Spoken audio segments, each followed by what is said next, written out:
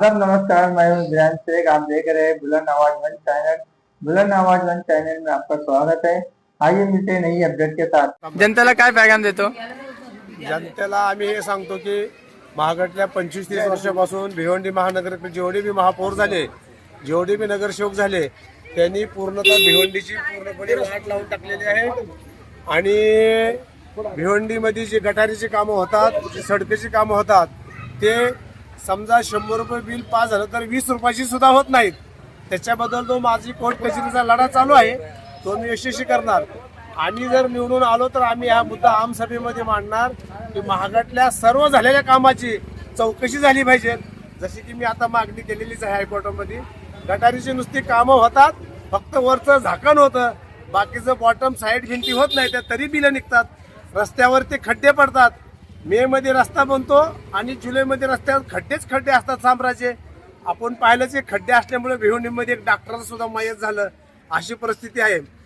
जे बांधकाम आहेत संडाचे वगैरे ते पूर्णपणे निकृष्ट दर्जाचे असतात बांधकामं। ऍक्च्युली आरसीसी बांधकामाची 40 वर्षाची लाईफ असते, पण आरसीसी बांधलेली बिल्डिंग सुद्धा साधारणतः 10 वर्षामध्ये तुटून पडते, असं आमचं म्हणणं आहे। आमचं भ्रष्टाचार निर्मूलन, कामाची क्वालिटी, शिक्षण, पाणी ह्याची आमची 100% गुणवत्ता आम्ही देणार, ही आमची मांग आहे। आम्ही निवडून आलं तरी करणार, नाही निवडून आलं तरी आमचा संघर्ष चालू आहे। काय काय करणार नंतर सांगा।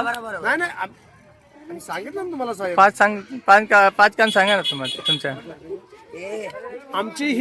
आमची पूर्णपणे हे प्रयत्न आहे की शिक्षण, आरोग्य आणि सडके, रस्त्याचे बांधकाम, गटारीचे बांधकाम हे चांगल्या क्वालिटीचे पाहिजेत, कमीत कमी 40 वर्ष टिकली पाहिजेत। आता जे काय बांधकामं झालेत ना, ते पूर्णपणे भोगस बांधकामं झालेत आणि बिलं काढले गेलेत गटारीची आणि रस्त्याची। गटारीचे बांधकामं अशी केलेत की वरचं फक्त स्लॅब टाकलाय आणि बिलं काढली ती, रस्त्याचे जागोजाग खड्डे पडलेत। जे काय रस्त्याचं जे मानांकन असतं रोडचं, सीसी काम नाही केलं का गटाचं? नाही केला साहेब, इथं बघा ना खोदून तुमच्या बाजूला नाही केलेलं, मला माहित आहे। माझ्याकडे फोटो आहेत, माझ्याकडे भिवंडीतल्या 50% गटारीची फोटो आहेत। नमस्कार, माझं नाव प्रणाली हनुमंत जाधव।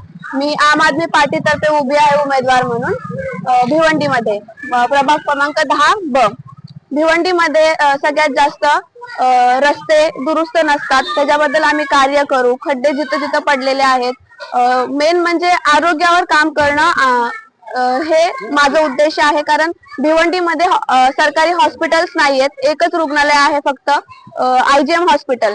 तर सगळ्यात जास्तीत जास्त आपण सरकारी हॉस्पिटल्स उपलब्ध करण्याचा प्रयत्न करू। आणि शिक्षण, सरकारी शाळेमध्ये आजकाल कोणी नाही चाललेलं, सगळेजण फक्त प्रायव्हेट स्कूलमध्येच जातात।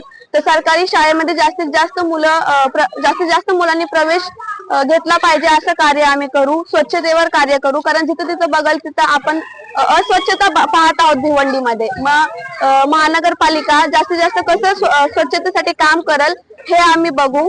आणि महिलांसाठी विकास करू, जसं की बचत गटाच्या बायकांपर्यंत त्यांचा जे अधिकार आहे, जे सरकारी योजना आहेत ते त्यांच्यापर्यंत पोहोचले जात नाहीत। वृद्ध महिलांसाठी कितीतरी योजना आहेत, ते पण त्यांच्यापर्यंत पोहोचले जात नाहीत। तर ह्याच्यावर पण आम्ही कार्य करू। जर आम्ही निवडून आलो, तुमच्या ताकदीने जर तुम्ही आम्हाला वोट दिला आणि आम्हाला वोटिंग मध्ये निवडून दिलं, तर आम्ही हे कार्य नक्कीच करू आणि सरकारी जी योजना आहे ते तुमच्यापर्यंत पोहोचवण्याचं कार्य करू। हमारे चैनल को शेयर करें, सब्सक्राइब करें। हमारी वीडियो आपको कैसी लगी कमेंट बॉक्स में जरूर बताएं। आपके आसपास होने वाली गतिविधियों की जानकारी हमें जरूर दें। धन्यवाद।